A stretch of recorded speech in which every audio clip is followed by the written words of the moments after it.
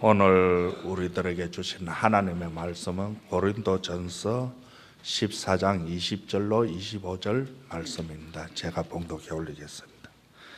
형제들아, 지혜에는 아이가 되지 말고 악에는 어린아이가 되라. 지혜에는 장성한 사람이 되라. 율법에 기록된 바 주께서 이르시되 내가 다른 방언을 말하는 자와 다른 입술로 이 백성에게 말할지라도 그들이 여전히 듣지 아니하려 하였으니, 그러므로 방언은 믿는 자들을 위하지 아니하고 믿지 않은 자들을 위하는 표적이나 예언은 믿지 아니하는 자들을 위하지 않고 믿는 자들을 위함이니라.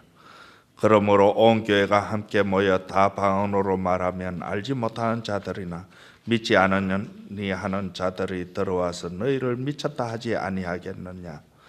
그러나 다 예언을 하면 믿지 아니하는 자들이나 알지 못하는 자들이나 들어와서 모든 사람에게 책망을 들으며 모든 사람에게 판단을 받고 그 마음에 숨은 일들이 드러나게 되므로 엎드려 하나님께 경배하며 하나님이 참으로 너희 가운데 계신다 전파하리라.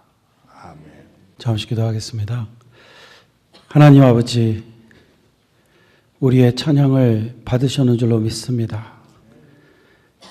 우리 같은 죄인들을 구하시기 위해서 자신의 독생자를 십자가 위에서 참 속죄의 피를 흘리게 하신 주님을 생각하면서 참 놀라우신 하나님의 사랑을 간증하며 찬양을 드립니다. 이것이 우리의 간증이 되게 하시고 나를 죽기까지 사랑하신 그 예수님과 하나님을 사랑하는 우리가 되게 하여 주시옵소서. 오늘도 장로님의 기도에 응답하심을 믿습니다. 그대로 이 교회에 다 응하여 주셔서 아름다운 열매를 맺게 하여 주옵소서. 이 추운 날 주님을 사모하여 나온 성도님들에게 말씀을 통해 은혜를 베풀어 주시고 오늘도 말씀의 능력을 체험하는 우리 모두가 되게 하여 주옵소서. 부족한 종을 세우셨사오니 성령으로 충만케 해주시기를 원하오며 예수님의 이름으로 기도하옵나이다. 아멘. 아멘. 할렐루야. 하나님께서 우리 가운데 이 시간도 함께 하심을 믿습니다. 날씨가 굉장히 춥습니다.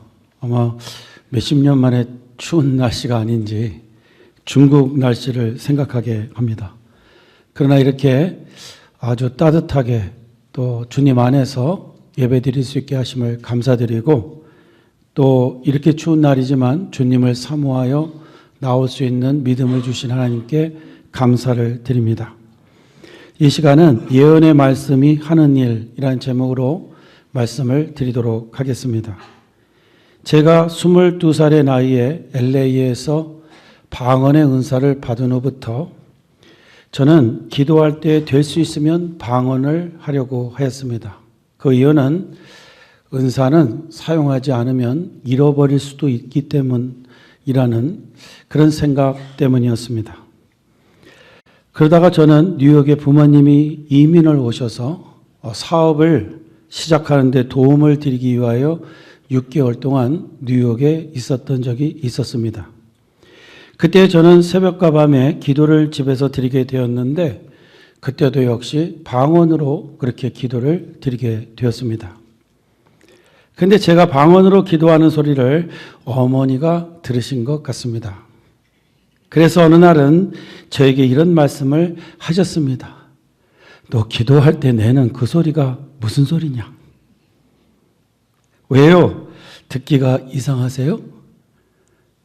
아니, 무서워. 마치 신들린 사람이 내는 소리 같아.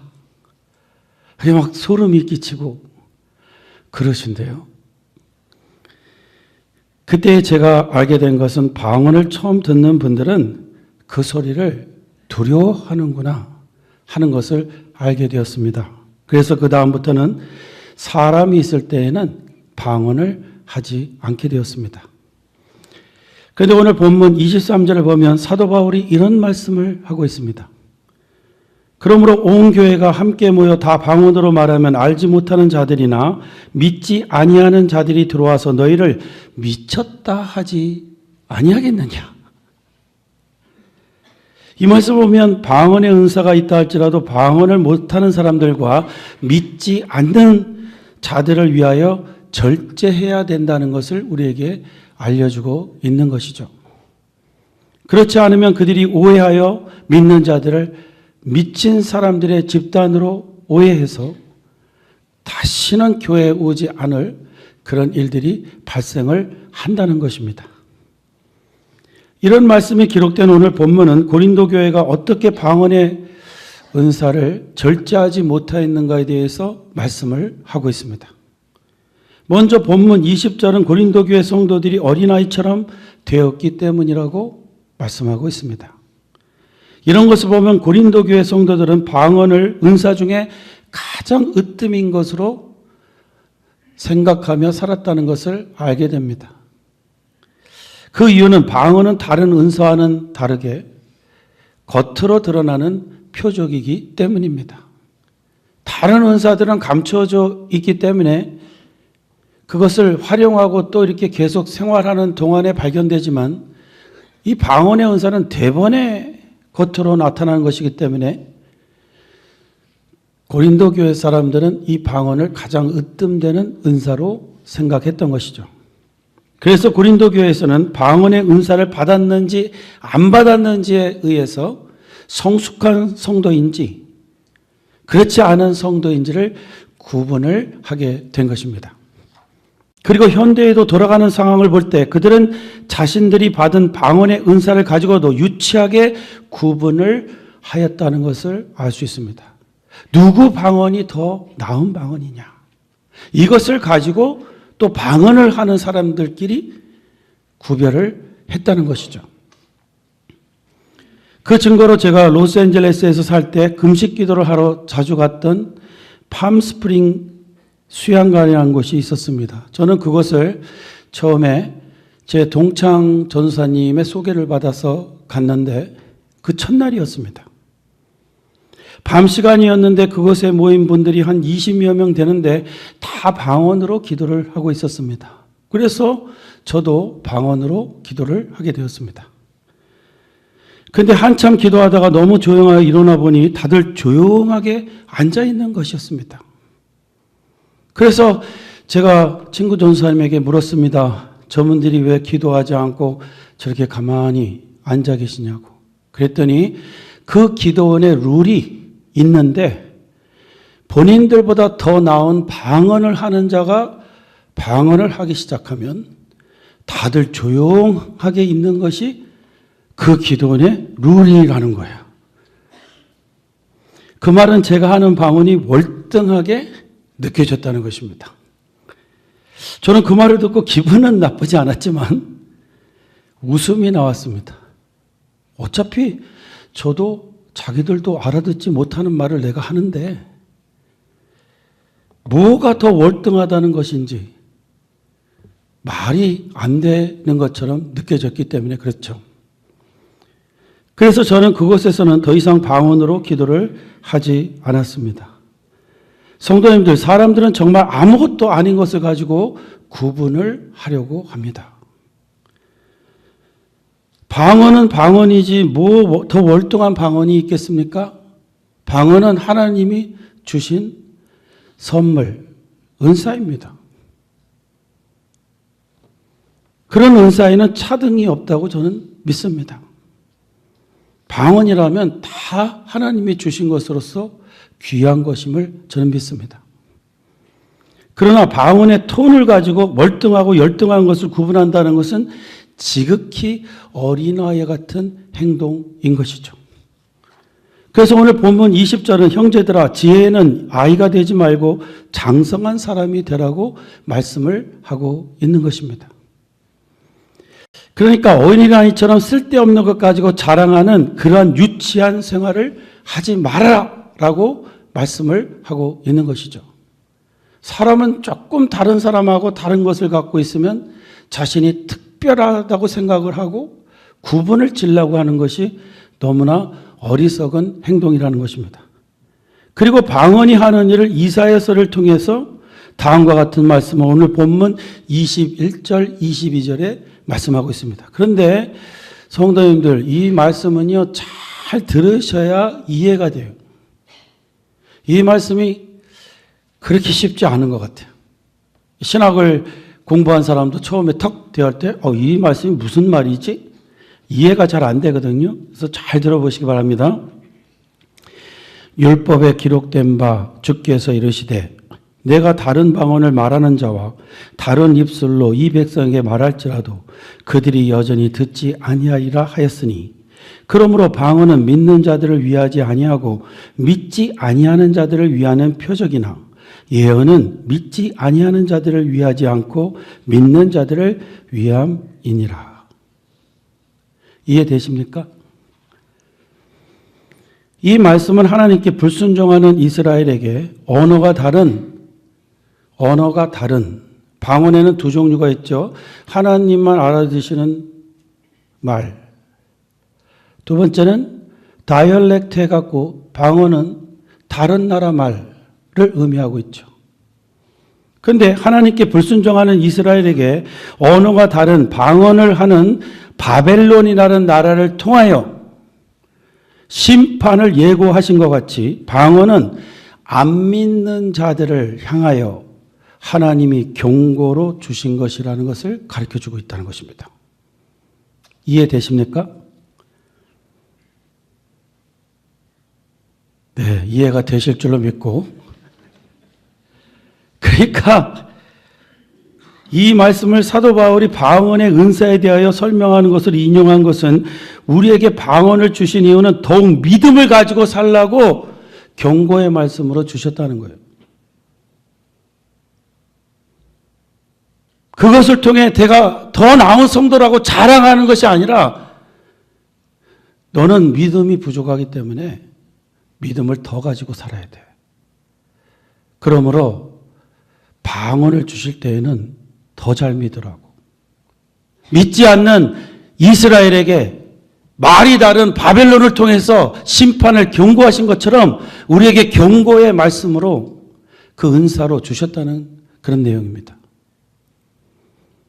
사실 그러고 보면 저는 성격상 방언을 받지 못했을 때보다 좀 더 확실히 하나님을 믿을 수 있었던 것 같습니다. 한 가지 분명한 것은 그 전에는 제가 경험하지 못했을 때는 방언은 없어. 이 시대는 방언이 끝쳤어. 그렇게 했는데 제가 방언을 하기 시작할 때부터 성경에 말씀하고 있는 방언은 있구나. 알게 되었고요. 두 번째는 이런 방언의 역사를 일으키시는 하나님은 살아계시구나. 피부로 느끼게 된 거죠. 그래서 믿음이 부족한 제가 이 방언을 통해서 더 잘 믿으라고 하나님이 경고하신 것처럼 믿는 자가 더 잘 믿는 자가 되었다는 것입니다. 그러면서 오늘 본문은 장성한 성도에게 정말 유익한 것이 무엇인지를 말해주고 있습니다. 그것은 예언의 은사라는 것이죠. 이미 예언의 은사가 무엇이라는 것을 말씀을 드렸지만 간단하게 말씀을 드립니다. 예언의 은사가 뭡니까? 예언의 은사는 하나님의 말씀을 깨달아 삶에 적용하여 선포하는 은사를 말하고 있습니다. 그 이유는 하나님의 말씀은 예언적이기 때문입니다. 희한하게도 창세기는 정말 수천 년 전에 쓰여진 책입니다. 그런데 아브라함이 믿음을 가지고 살아가는 모습을 보면서 나도 내 삶에 아브라함이 맺은 열매를 맺고 싶다. 이렇게 해서 아브라함의 믿음으로 살게 되면 아브라함이 맺은 열매를 맺게 된다는 것입니다. 믿습니까? 그러니까 성경은 히스토리, 역사를 말하는 것 같아도 미래를 말하고 있는 것이라는 거예요. 그러므로 이 말씀이 선포될 때 아멘으로 믿는 자는 그런 역사를 보게 된다는 것입니다.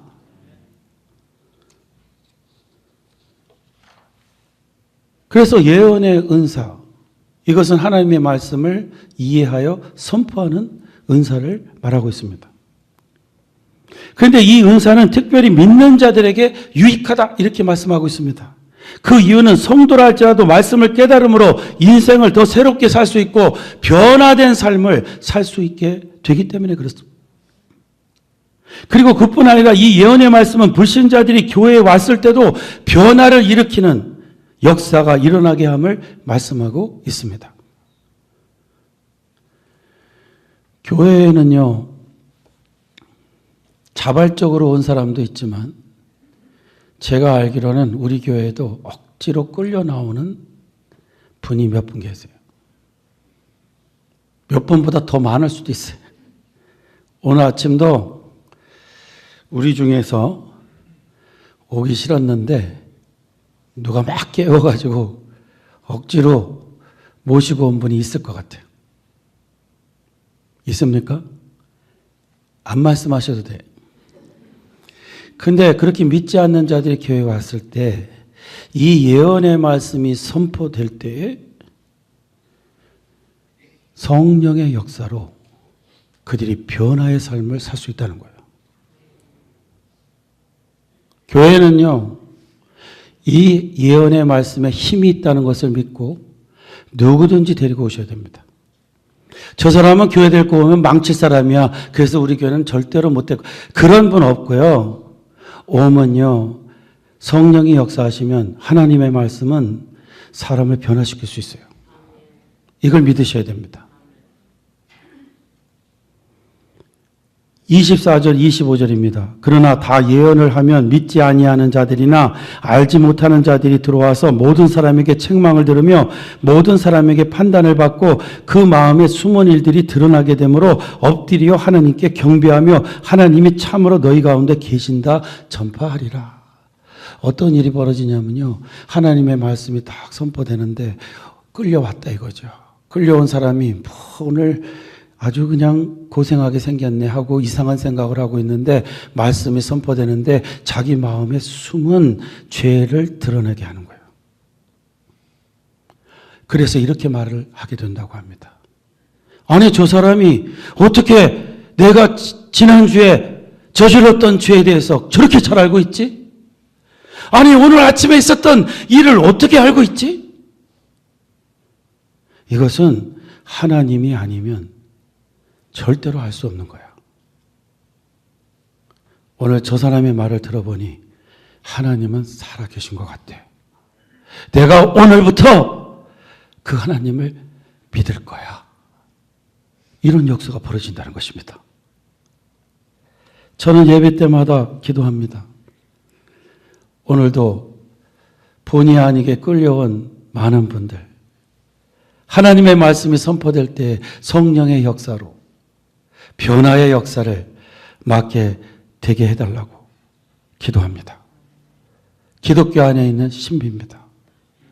그래서 갑자기 정말 변화되지 않을 것 같은 사람이 변화되어 우리 앞에 서는 것을 보게 될 줄로 믿습니다.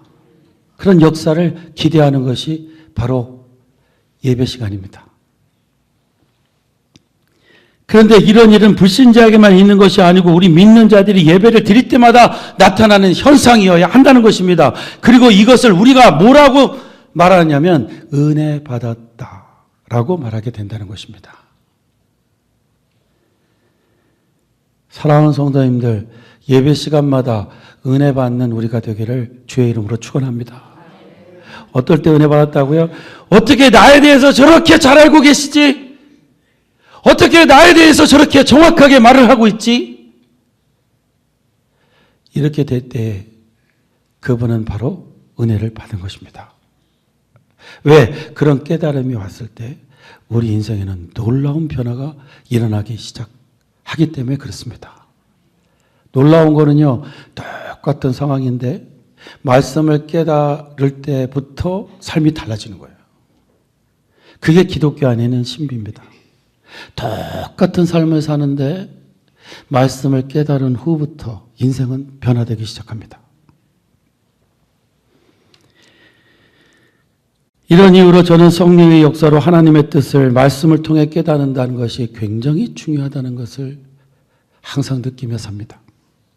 지난주에 중국 선교사로 간 후배 목사님을 만났다는 말씀을 드렸는데 저는 그분과 여러 가지 이야기를 나누었는데 그중에 이런 은혜로운 이야기를 나눈 것이 있습니다. 그것은 목사도 하나님의 말씀으로 깨달음을 받고 마음 자세를 바꿀 때 삶이 변화가 일어난다는 거예요. 이건 너무 중요한 말씀입니다. 지난주에 저는 그분이 패배주의자의 생각을 갖고 중국에 갔다고 말씀을 드렸습니다. 그런데 그곳에서 자신이 기도한 대로 처음으로 이루어지는 것을 보면서 놀라했습니다. 그러면서 그는 이런 생각을 하였다고 합니다. 어떻게 나에게 이런 일이 일어날 수 있지? 이전에는 한 번도 이런 일이 없었는데 내 삶에 왜 이런 일이 일어나는 거지? 왜지? 그런데 기도 중에 하나님이 이런 깨달음을 주셨다고 합니다. 아무개 목사야, 지금까지는 너는 네가 원하는 것을 선택하며 살지 않았니? 신학교 교수가 되는 것도, 그리고 그것이 싫어서 목회자가 되는 것을 선택한 것도, 그리고 그것도 힘들어지니 네가 원하는 다른 교회로 부임을 하였지. 그러나 그 결과도 잘 안 되었어. 그런데 그때 네가 어느 날 나에게 말했지. 이제는 네가 원하는 삶이 아니고 하나님이 원하는 삶을 살고 싶다고. 그리고 네가 나한테 물었어. 내가 이제 해야 될 일이 무엇인지. 그래서 나는 너에게 이전에 생각지도 못했던 중국으로 가라고 하였고 너는 그 말에 순종했어. 그 결과 네가 하는 모든 일에 변화가 일어나기 시작한 거야. 그분은 그런 말을 하고서는 저에게 이런 말을 하였습니다. 목사님, 그때야 비로소 제가 깨닫게 되었습니다. 내가 원하는 것이 아닌 하나님이 원하시는 삶을 살 때 하나님의 역사가 내 삶에 일어나게 된다는 것을. 내가 원하는 삶이 아니고 하나님이 원하시는 그 삶을 살 때 드디어 우리는 하나님이 역사하시는 것을 보게 된다는 거예요. 근데 그 생각을 갖기 위해서는 엄청난 어려움이 있어야 했다는 거죠. 그러면서 그는 제가 부끄러워할 고백을 하였습니다. 그분이 이렇게 말씀하시더라고요. 사실 이전에는 저는 이 목사님이 상당히 부러웠습니다. 제가 그분이 필라에서 목회를 할 때 몇 번 집회를 갔어요. 간증을 했어요. 그랬더니 이분이요, 질투도 일어났고 왜 하나님은 목사님 기도만 들어주시는지 이해가 안 갔다고 그래요. 그런데 중국에서 자신이 깨달은 것은 이 목사님은 자기보다는 하나님이 원하시는 삶을 살고 있다는 것이었다는 거예요. 자기가 포기할 수 없는 것을 제가 몇 가지 포기하는 것을 봤다는 거예요. 차를 하나 사도 하나님이 원하시는 차를 샀고 하나님께 영광을 가리는 것은 포기하는 것을 몇 가지 봤다는 거예요. 그래서 하나님이 목사님을 들어 쓰시고 있다는 것을 자신이 느끼게 됐다고 그래요. 그런데 이제 자신이 그런 삶을 중국에서 사니 하나님이 기적을 일으키시며 자기의 삶에도 변화가 일어나기 시작했다는 것입니다. 그래서 그분은 이제 저를 부러워하지도 않고 질투하지도 않는다 이런 말씀하셨어요. 하기 어려운 말입니다. 저는 그분의 말을 들으면서 온전치 못한 저를 생각하며 창피한 마음이 들었지만 그분의 말을 통하여 한 가지 깨달은 것이 있었습니다. 내가 원하는 삶이 아닌 하나님이 원하는 삶을 살 때 하나님은 역사하신다는 거죠. 그래서 그날요, 그분하고 만나고 난 후에 예배실에 들어왔어요. 제가 이제 저에게 남은 목회를 생각하면서 주님, 목회를 마치는 그날까지 내가 원하는 삶이 아닌 하나님이 원하시는 삶을 살게 해주세요. 그래서 이 교회에서 계속적인 하나님의 기적이 일어나게 해주세요. 그렇게 기도했어요. 저는 이런 이야기를 그 목사님과 나누면서 다음과 같은 생각을 하게 되었습니다. 사람이 성령을 통하여 하나님의 뜻인 말씀을 깨닫는 것이 얼마나 큰 은혜인가. 깨달음을 가질 때의 삶은 달라지는 거예요. 똑같은 상황인데요. 깨달음이 딱 왔을 때는요. 그것에 아멘할 때는요. 삶이 달라지는 거예요. 그 증거로 지금까지 저와 그리고 우리 교회와 함께 하신 하나님을 생각할 때 그 시작은 이 교회 목회자로 세워진 제가 기도원에서 깨달음을 가졌기 때문이다. 그렇게 생각합니다. 1990년 12월에 교회를 개척하기 위해서 산으로 올라가서 기도를 했습니다. 금식 기도를 했어요. 뭐라고 기도를 했냐면요. 주님, 오랫동안 개척을 하기 위해서 신학교에서 준비했는데 이제 시작하려니까 너무 두렵습니다. 제가 목사도 아니고 강도사의 신분으로 개척을 하려고 하는데 두려움이 찾아옵니다. 그 기라성같이 공부 많이 한 그런 분들이 목회를 하는데도 너무나 힘든데 과연 저 같은 풋나기 이제 시작하는 강도사의 말을 그 똑똑한 성도님들이 들어주실 수 있을까요? 그렇게 기도를 드렸습니다. 저 어떻게 해야 되냐고. 근데 마지막 금식 기도 날 저에게 이런 말씀을 하나님이 마음에 주셨습니다. 그래, 네가 걱정한 대로 네 말은 성도들이 듣지 않을 것이다. 그러나 네가 내 말을 전한다면 그들은 들을 것이다. 너무 간단한 이야기였는데요. 저에게는요, 길이 보이는 말씀이었어요. 깨달음이 왔어요. 아, 이러면 되겠구나. 내가 내 말을 하지 않고 하나님 말씀을 그냥 하면 되겠구나. 이렇게 하면 되겠구나. 그렇게 하고 산에서 내려왔어요. 그리고 저는 정말 그렇게 목회를 하도록 최선을 다했습니다. 교회에 필요한 재정을 메꾸기 위하여 바자회나 그 밖의 인간적인 장사행위를 일체하지 않았습니다. 예수님께서 채찍을 들어서 장사꾼들을 쫓아내신 것을 보면서 교회에서는 절대로 어떤 장사행위를 하지 않겠다. 그리고 사람들의 마음을 충동질하여 헌금을 하게 하는 건축을 위한 부흥회를 하지 않았습니다. 정상적인 상황에서 정상적으로 은혜를 받은 분들이 정상적으로 하나님께 드리는 헌금을 통해서도 얼마든지 교회는 성장할 수 있다. 전 그렇게 믿었습니다. 24년 동안 정말 그런 부흥회 한 번도 안 했어요. 그리고 한결같이 말씀을 순종하며 살자고 전하였고 기도로 모든 필요를 구하자고 말씀을 드렸습니다. 그랬더니 우리 교회에 기적이 일어나더라고요. 저는 24년 동안의 목회 생활을 하나님의 기적의 연속이라고 말씀드리고 싶습니다. 이런 기적의 연속은요, 우리가 말씀대로 해보려고 노력하고 기도로 모든 것을 구할 때 하나님이 역사하셨음을 저는 믿습니다. 분명히 말씀드릴 수 있습니다.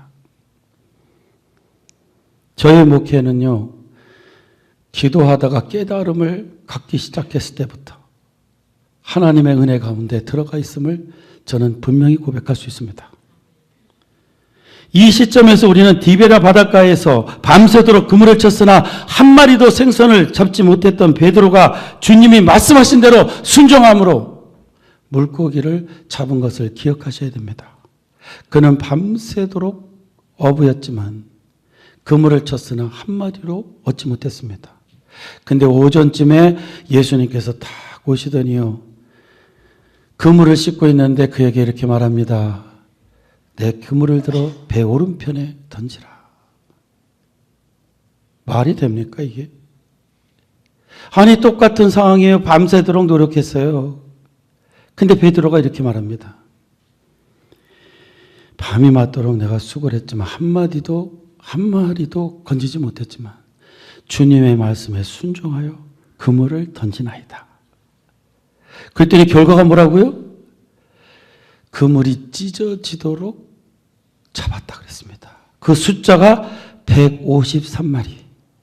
그래서 옛날에 우리가 잘 쓰는 모나미 볼펜에 153이라고 써 있다고 그러죠. 바로 그분이 그 기적의 역사를 믿은 거예요. 상황이 똑같지만 내가 오늘 말씀대로 순종할 때에 하나님은 기적의 역사를 일으키실 수 있다. 이 믿음을 가지셔야 될 줄로 믿습니다. 지금까지 내가 노력을 했지만 안 됐지만 말씀하는 대로 순종할 때에 아멘의 신앙을 가질 때 역사는 일어날 수 있다. 이것을 믿으셔야 될 줄로 믿습니다. 여태까지 내가 사업을 어렵게 진행시키고 있지만 말씀에 순종할 때는 달라질 수 있습니다. 바로 그거를 보여주고 있는 겁니다. 예를 들어 지금까지 어렵다고 해서 아무것도 베풀지 못하며 살았다면 이제는 주는 것이 받는 것보다 복되다는 말씀을 의지하여 베푸는 삶을 시작할 때 기적이 일어나게 되는 것입니다. 저는 목회에서 이것을 철저히 깨달았습니다. 선교를 시작했을 때 3개월씩 렌트비를 밀려나갔던 우리 교회가 달라지기 시작했습니다. 놀라운 일입니다. 주는 것이 받는 것보다 복되다는 말씀을 절실히 깨달았습니다. 또한 지금까지 내가 쓸 것도 모자라 성경이 말씀하는 11조를 드리지 못했지만 말씀대로 온전한 11조 생활을 시작할 때 저는 우리의 삶에 기적이 일어날 수 있다고 믿습니다. 주일 성수도 그렇고 기도 생활도 그렇습니다. 하나님의 말씀을 깨닫고 순종할 때 우리의 삶에는 기적이 일어날 수 있는 것입니다. 오늘 똑같은 상황에서 말씀을 깨닫고 순종할 때 달라진다는 것을 우리는 분명히 깨달으면서 오늘도 말씀의 깨달음이 있기를 주의 이름으로 축원합니다. 오늘요 우리가 정말 이렇게 하나님 앞에 고백할 수 있으면 좋겠어요. 말씀의 깨달음을 받으면서 은혜 받았습니다. 은혜 받았습니다. 말씀의 깨달음을 받았습니다. 그 순간부터 그분의 삶은 변화가 일어나기 시작할 것을 믿습니다. 결론에 말씀드립니다. 이런 모든 깨달음을 일으키는 원동력은 하나님의 말씀이라는 겁니다. 그러므로 교회는 방언하고 무슨 은사 때문에 자랑하는 유치한 행동을 할 것이 아니라 이 말씀을 열심히 전하고 믿는 교회가 되어야 한다는 것입니다. 사랑하는 성도님들, 보배로운 말씀입니다. 이 말씀을 믿는 자가 복이 있습니다. 믿으십니까? 이 말씀을 붙들고 씨름하는 자가 복이 있습니다. 오늘 이 말씀을 주신 하나님께 감사하며 이 교회는 말씀 가운데 진행하여 놀라운 기적을 계속적으로 보게 되는 우리 모두가 되기를 주의 이름으로 축원합니다. 성도님들의 가정과 사업에 기적이 일어나게 될 줄로 믿습니다. 기도하겠습니다. 하나님 감사합니다. 또 감사합니다. 오늘도 말씀을 통해 깨달음을 주셔서 감사합니다. 그 깨달음을 통하여 우리의 인생이 바뀔 줄로 믿습니다. 밤새도록 수고하였지만 자기의 힘으로 했을 때는 안 되는데 주님께서 명하시는 대로 순종하여 그물을 던졌을 때 그물이 찢어지도록 생선을 많이 낚은 베드로를 생각하면서 똑같은 상황이라고 실망하지 않게 하여 주시고 말씀에 순종하는 믿음을 주시옵소서. 아멘의 신앙을 주시옵소서. 우리의 실패를 성공으로 바꿔 가실 줄로 믿습니다. 예수님의 이름으로 기도하옵나이다. 아멘.